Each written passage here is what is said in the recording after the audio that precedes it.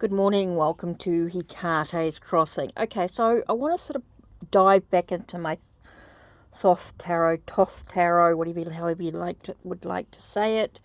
Thoth being the Egyptian deity. So, and of course, Aleister Crowley used that for his tarot deck with Lady Frida Harris as the artist, as the artist of the images. Now, I want to dive back into it again. So let's just sort of start doing this sort of a little bit of a commitment to me on vlogging it, right? So I'm going to start with the Fool. Now I know the Fool is new beginnings, but let's have a look and see what it says in the guidebook here. In spiritual matters represents ideas, thoughts, spirituality that which endeavours to transcend earth. In material matters may show if ill-dignified, folly, eccentricity, even mania. It represents the original, subtle, sudden impulse coming from a strange and unexpected quarter. Okay, and then we've got the Magus. Okay, and this one here. Let's have a look at what it says here. Skill, wisdom, adroitness, elasticity, craft, cunning, deceit, theft. Sometimes occult wisdom of power, messages, business transaction, ill-dignified learning or intelligence, interfering with the matter in hand.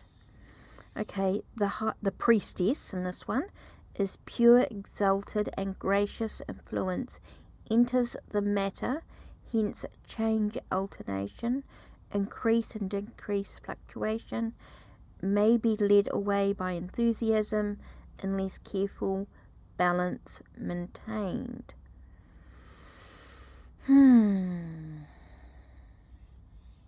So just take a minute and take a breath and think about those three cards. Okay, so we've got the Fool here, and we're talking about ideas and thoughts. Ideas and thoughts.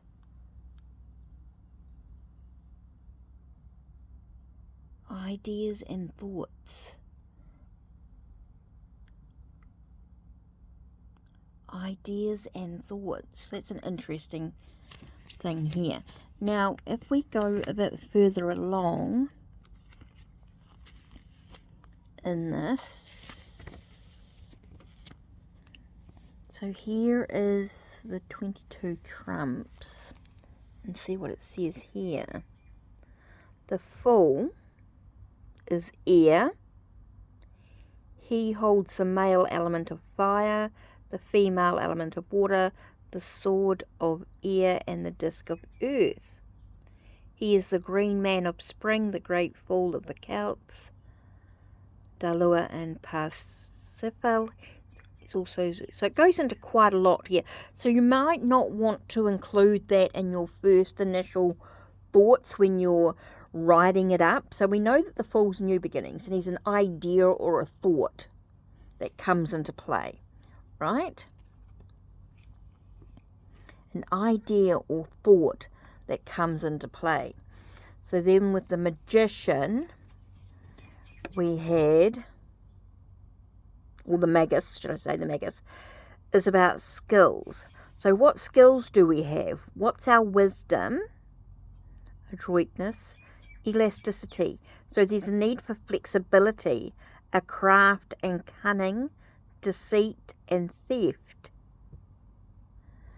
Maybe we have occult wisdom and power.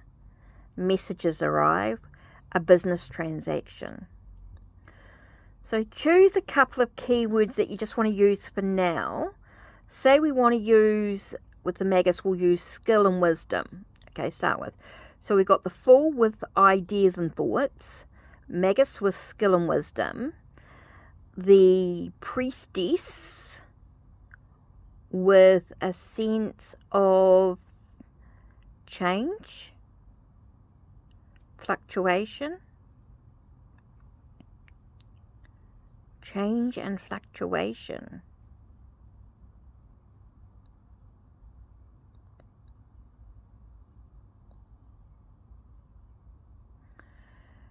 change, fluctuation.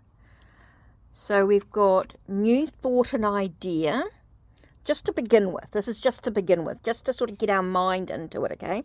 So we've got a new idea, a new thought. We've got a sense of, sorry, what did we say? Wisdom.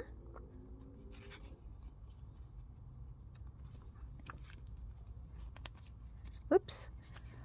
Sorry, this is what happens when you're trying to learn, when we're trying to go through and learn something new, is what I'm saying here from the book. Okay, skill and wisdom, right? Skill and wisdom. So we've got new thought, new idea, skill and wisdom, and then we've got sort of a change, a fluctuation. Things fluctuate. Just to sort of get you that first initial, okay, this is what I'm going to do when I pull out these cards. This is going to be new thought, new idea. This is going to be about wisdom and skills. Okay?